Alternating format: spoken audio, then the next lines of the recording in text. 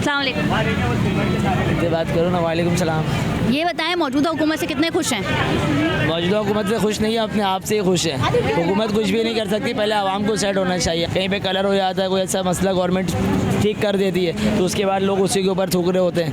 पहले आवाम ठीक हो जाए, अल्हम्दुलिल्लाह कराची का निज़ाम भी खुद ब खुद ठीक हो जाएगा। यहाँ पे इंक्रोचमेंट भी तो है। वो तो है, लेकिन सब सेट कर रहे होते हैं सारे जो भी बड़े गवर्नमेंटी अफसर हैं वो सब चीज़ों को हैंडल कर रहे होते हैं। लेकिन इधर आवाम के गटर के मकान के सामने से कोई गटर खुला हुआ है, खड्डा है, कुछ ऐसा मसला है, वो आवाम खुद चाहिए कि उसको खड्डे को फिल कर ले। यूसी चेयरमैन है, टाउन चेयरमैन है, तो है, वहाँ तक जाते हैं, हमारे घर के सामने खुद गटर खुला हुआ, उनके पास गया, बोले हमारा मसला नहीं है। वो कहते हैं हमारा मसला नहीं है।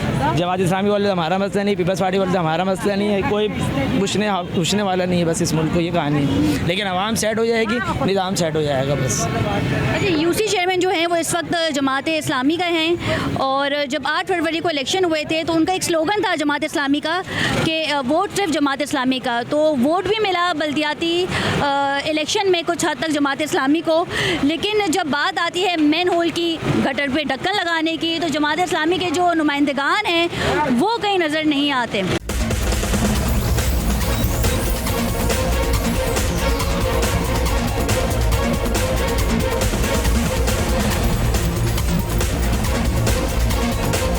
अच्छा, ये बताइएगा कि मौजूदा हुकूमत ने कितना रिलीफ दिया है? इस वक्त आप हुकूमत से किस हद तक खुश हैं? कारोबार में इजाफा हुआ है या फिर महंगाई में इजाफा हुआ है?